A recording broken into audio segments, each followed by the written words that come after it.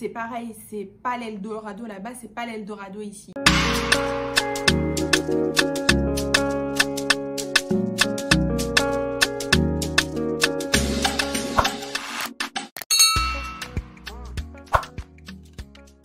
Bonjour à tous, bienvenue sur ma chaîne ou re-bienvenue si vous avez vu des vidéos précédentes.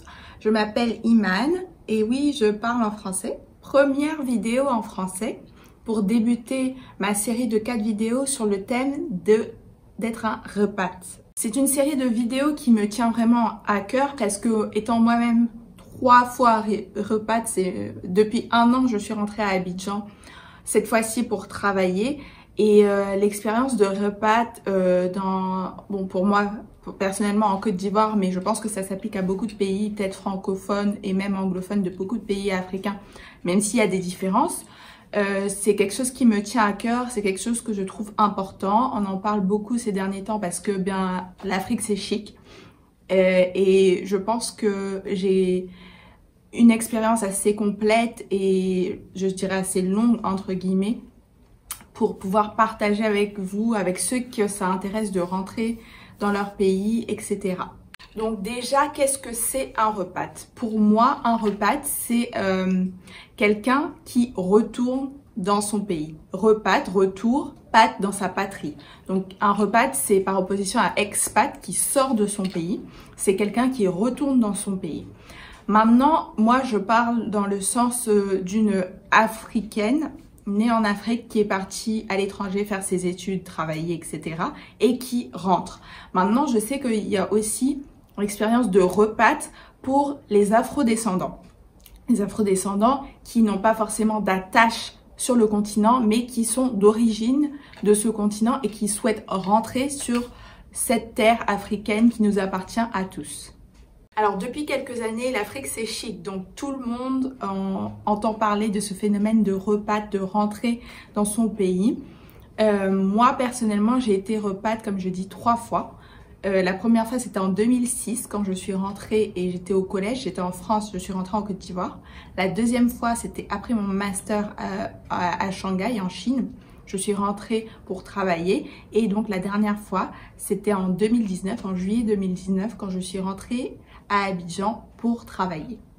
Ces 3 expériences étaient vraiment à des moments clés entre guillemets, à des moments très différents mais des moments clés dans la vie d'une personne, dans la vie d'un individu, donc au collège, fin collège, début lycée, après ses études et après quelques années d'expérience à l'étranger. Et pourquoi je dis ça, vous le verrez dans la suite des vidéos, mais chacun de ces moments a quelque chose d'important avec le fait d'avoir une repatriation qui se passe bien et qui se fait dans de bonnes conditions. Ces 3 expériences ont vraiment été très différentes. Je dirais qu'il y en a 2 où ça s'est pas vraiment très bien passé et une qui finalement, donc la dernière, s'est beaucoup mieux passée parce que justement avec les erreurs on apprend, avec les erreurs que j'avais commises entre guillemets avec mes 2 premières expériences quand je suis rentrée, j'ai appris, j'ai pu voir ce qui était important, ce qu'il fallait faire, comment il fallait faire pour avoir une expérience qui allait vraiment bien se passer. Comme je disais, c'est une série de vidéos que je vais faire en 4 parties. Celle-ci, c'est la première qui est un peu le background de pourquoi je fais cette série de vidéos, un peu donner des informations sur mon expérience passée. La deuxième, ça va être un peu les must-haves, c'est-à-dire un peu les facteurs clés de succès, des choses que j'ai apprises, mais aussi des choses que j'ai pu observer d'autres personnes que je connais. Ensuite, bien sûr, vidéo 3 et 4, ça va être vraiment le pour et le contre. Parce qu'il ne faut pas croire que de rentrer dans son pays, c'est les bisounours. C'est pas du tout le cas, ça peut être très très très difficile. On connaît des gens qui sont rentrés, qui n'ont pas supporté, qui sont repartis. Et en fait, c'est vraiment pour essayer de nuancer parce que des fois, même très souvent, pour des gens qui peut-être qui ne sont pas revenus sur le continent ou dans leur pays, qui ne sont pas restés très longtemps ou des gens qui ne sont même jamais venus, il y a peut-être un peu cette image rêvée de l'Afrique et c'est important pour ne pas être déçu d'avoir des informations un peu plus claires, de bien pouvoir réfléchir, avoir un certain nombre d'éléments pour bien réfléchir et pour bien mûrir son projet avant de se lancer. Pour moi, en fait, d'avoir un peu de peser le pour et le contre, c'est quasiment la même chose que je dirais à quelqu'un qui est ici et qui veut partir, par exemple en France ou aux États-Unis. C'est pareil, c'est pas l'Eldorado là-bas, c'est pas l'Eldorado ici. Partout, il y a des problèmes et partout, il y a des bons côtés. Donc, il faut savoir peser, comme je dis, le pour et le contre, savoir ce qu'on est prêt à supporter, ce qu'on n'est pas prêt à supporter et vraiment voir les trade-offs, qu'est-ce qui est plus important pour moi et qu'est-ce qui l'est moins, qu'est-ce que je suis prêt à sacrifier pour avoir peut-être une meilleure qualité de vie, etc. Je pense vraiment qu'avec cette série de vidéos, ça va même aider en dehors des gens qui sont comme moi, qui sont des jeunes actifs ou soit qui viennent de finir tout juste leurs études ou certains qui ont quelques années d'expérience.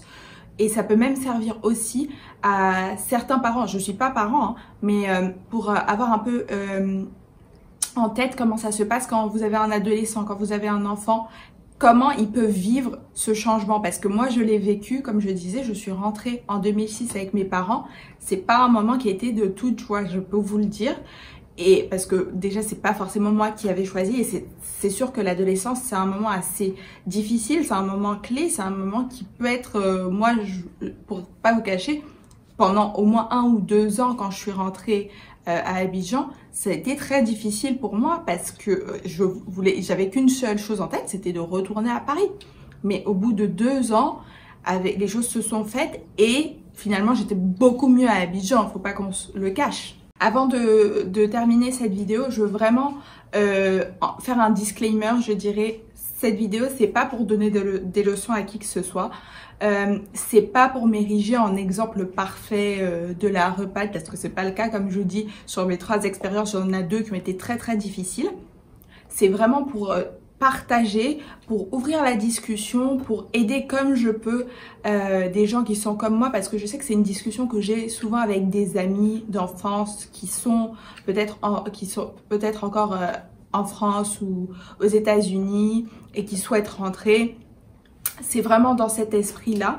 Et vraiment, c'est pas pour donner des leçons à qui que ce soit, c'est pas pour décourager ou pour encourager, parce que je sais que, comme je dis, il y a des pour et des contre. Il y a des gens qui sont en France, par exemple, ou aux États-Unis ou au Canada depuis de longues années et qui n'ont vraiment plus le mindset, en fait, la tête à rentrer. C'est pas pour leur dire il faut absolument que vous rentriez, votre pays a besoin de vous. Non, c'est vraiment, ça doit être une décision qui est personnelle et ça doit être, comme je dis, un projet qui est mûri parce que malgré tout, on voit beaucoup de gens qui rentrent, même après, avec des expériences et des diplômes, etc., qui rentrent et qui sont hyper déçus. Et qui, au final, rentrent ou qui restent, mais qui sont très, très, très déçus par comment ça se passe ici. Donc, c'est vraiment pour ça, c'est pour aider, pour partager et peut-être inspirer certaines personnes à rentrer ou peut-être inspirer certaines personnes à rester parce qu'elles se rendent compte que c'est pas pour elle, quoi. Petite chose. Alors moi, mon expérience ou mes 3 expériences se sont faites en Côte d'Ivoire. Donc si vous pensez rentrer dans un pays autre que la Côte d'Ivoire, bien sûr, il y aura forcément des choses qui seront pas pareilles. Il y aura forcément des petites différences parce que, faut pas qu'on se mente, en Afrique, on est 54 pays. 54 pays, 54 façons de faire dans beaucoup de domaines. Donc, tout ne sera pas exactement pareil que ce que je suis en train de vous dire. Mais je pense qu'en général, vous pouvez utiliser, je dirais 60-70% des informations. On va être à peu près pareil sur tous les pays qui vont être, je dirais, Afrique de l'Ouest, un peu Afrique centrale.